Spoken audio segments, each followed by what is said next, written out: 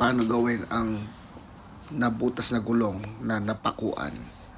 So buti na lang bumili ko ng ganitong tools, pang plug po, good for 4 tires. $6 lang, mura-mura.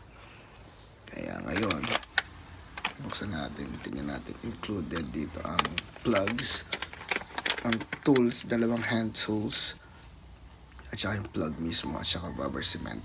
Lagay natin sa tools na yan, prepare natin, and then tanggalin natin pako. Sumisingaw na. Ngayon ito isang tools, yung panlinis ng butas.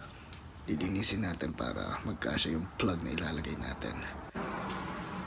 Pagkahugit niyan, kunin natin yung tools na nakalagay yung plug, tusok natin. Mahirap yung tusok pero pag-check nyo, pagka nakatusok na, hilahin mabilis. Yan, pagka nahila mabilis, trim nyo, cut nyo yung excess. May lagnat nga pala ako, kahit may lagnat pa rin.